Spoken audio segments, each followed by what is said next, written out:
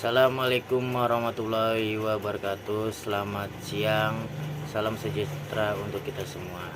Memperkenalkan, nama saya Afik Mulyana, NPM CG 191110222, kode kelas G304 19DG, Manajemen Komunikasi.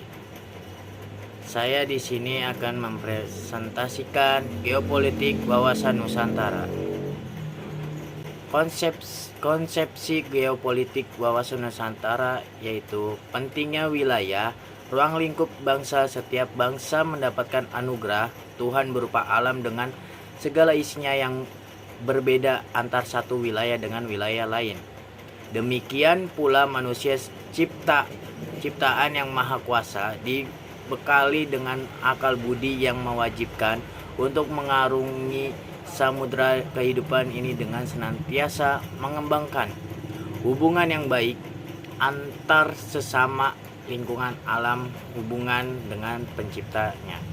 Kesadaran dari oleh pikir dan budi tersebut membawa konsekuensi bahwa setiap manusia harus berjuang secara berdiri dan bersama-sama untuk dapat meningkatkan harkat dan derajatnya.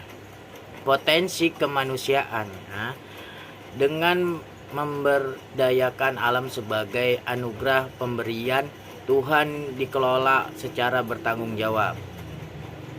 Konsep geopolitik sesungguhnya adalah merupakan ilmu penyelenggaraan negara yang setiap kebijakannya dikaitkan dengan masalah-masalah geografi wilayah atau tempat tinggal suatu negara. Negara Indonesia memiliki unsur-unsur kekuatan sekaligus kelemahan.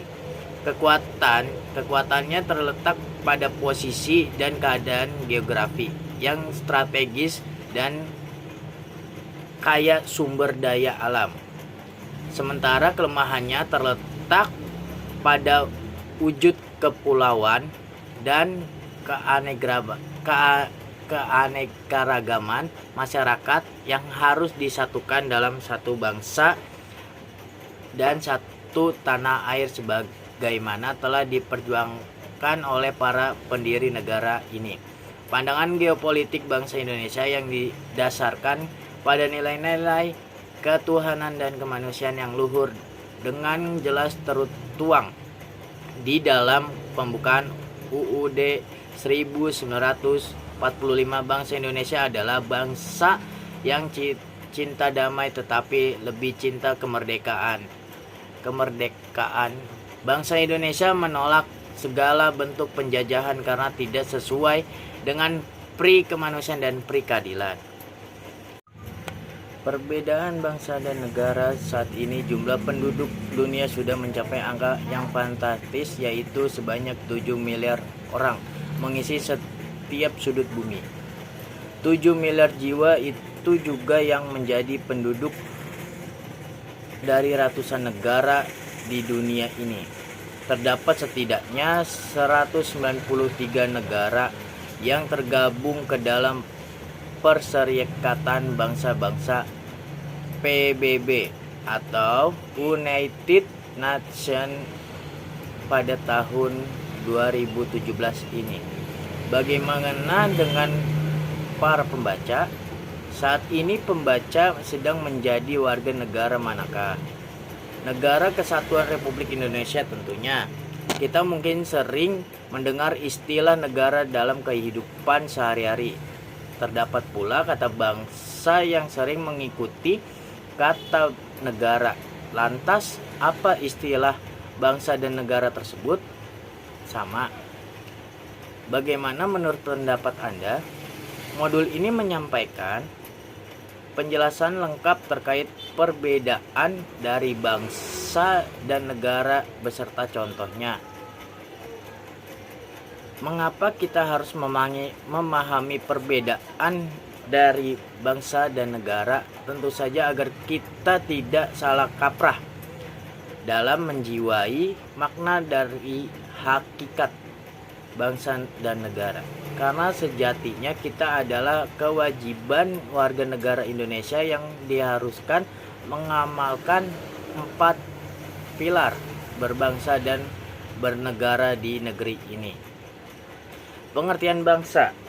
Pengertian bangsa dalam bahasa Inggris diartikan sebagai nation, seperti yang tercantum dalam nama besar PBB, United Nation. Wah, jadi bukan persatuan negara-negara yang pembaca. Pemerintah Indonesia melalui Kamus Besar Bahasa Indonesia memberikan definisi dari kata bangsa, yaitu kelompok masyarakat yang bersamaan dalam hal asal keturunan, adat, bahasa, dan sejarahnya, serta memiliki sistem dan perangkat pemerintahannya sendiri. Karena terdapat berjuta-juta pikiran yang ada di dunia ini, maka terdapat pula beberapa pendapat mengenai definisi bangsa yang dituturkan oleh beberapa pakar kebangsaan ataupun pakar politik dunia. Di bawah ini adalah beberapa definisi bangsa yang disampaikan oleh para pakar dunia. Yang pertama, Insinyur Soekarno. Menurut Presiden pertama Indonesia ini, bangsa ialah sekumpulan manusia yang besar jumlahnya, mereka mempunyai keinginan yang keras untuk bersatu, leadership the unitum, dan keinginan untuk bersama-sama menjalani hidup, leadership the ensemble. Sekumpulan manusia juga memiliki kesamaan karakter di antara mereka. Selain itu, terdapat kesamaan nasib di antara mereka secara nyata. Mereka tinggal di suatu wilayah yang sama. Hans Kohn, Amerika. Hans Kohn adalah seorang pakar sejarah yang dikenal luas di seluruh dunia. Beliau memberikan pandangannya terkait pengertian bangsa. Menurut beliau, bangsa merupakan hasil perjuangan manusia dalam sejarah yang selalu bergerak dan tak pernah diam. Baginya, bangsa adalah suatu kumpulan yang memiliki berbagai keanekaragaman dan tidak dapat dirumuskan secara ilmiah. Yang ketiga yaitu Ernest